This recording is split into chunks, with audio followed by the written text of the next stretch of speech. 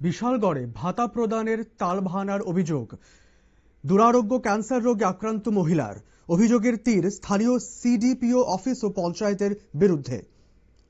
দপ্তরের মন্ত্রী বারবারই বলে থাকেন ক্যান্সার আক্রান্ত রোগী হলে ভাতা সঙ্গে সঙ্গেই হয়ে যাবে, অথচ এক রিকশা চালকের স্ত্রী ক্যান্সারে আক্রান্ত হয়ে গত কয়েক মাস ধরে বিভিন্ন জায়গায় ঘুরেও ভাতা পাচ্ছেন না। বিশালগড়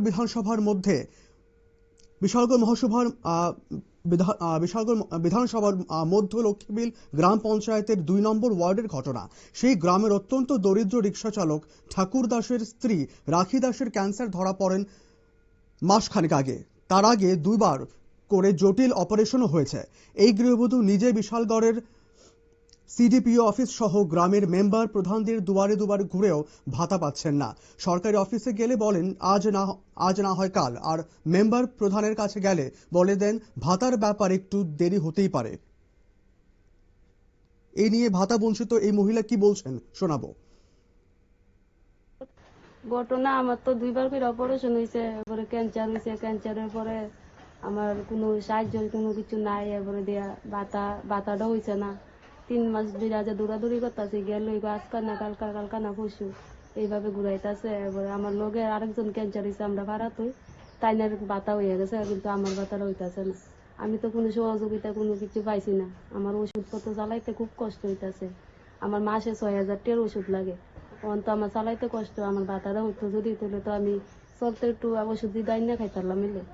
ও হয় না, কালকা গিয়েছি ওরা সামনে মাস হইব, গেল সামনে মাস হইব এ ওই সুখ দিয়ে দেয়, আর কোনো কিছু করে বাতার সিডিও বসে। রাখি দাস 6 মাস ধরে 3 মাস হয়েছে বাতার কাগজ জমা দিছি, গেল কইব আর সামনে মাস হইব, দেরি হইব এসব ধরনের বাসন দিয়ে দেয়। কালকে মারে লইয়া গেছি বোধহয় কইরা হইছে না, এটা সামনে মাসে হইব, সামনে মাসে বইছে কইরা। এর আগে আমার স্বামী লইয়া গেছি, কইটা দেরি হইব হইতে, এসব ধরনের আলোচনা করে। আমার লগে আমরা ভাড়াতে আরেকজনের ক্যান্সার হয়েছে, তাইনের বাতা হইয়া গেছে, কিন্তু আমার বাতার হইতেছে না। তিনি জানান একই গ্রামের আরেকজন ক্যান্সার আক্রান্ত রোগীর ভাতার কাগজ জমা দেওয়ার সঙ্গে সঙ্গেই কাজ হয়ে যায়। অপর মহিলা ভাতা পান বলে কেউ কোনো বক্তব্য নেই। কথা একটাই, দিরাচিতা হবে কেন?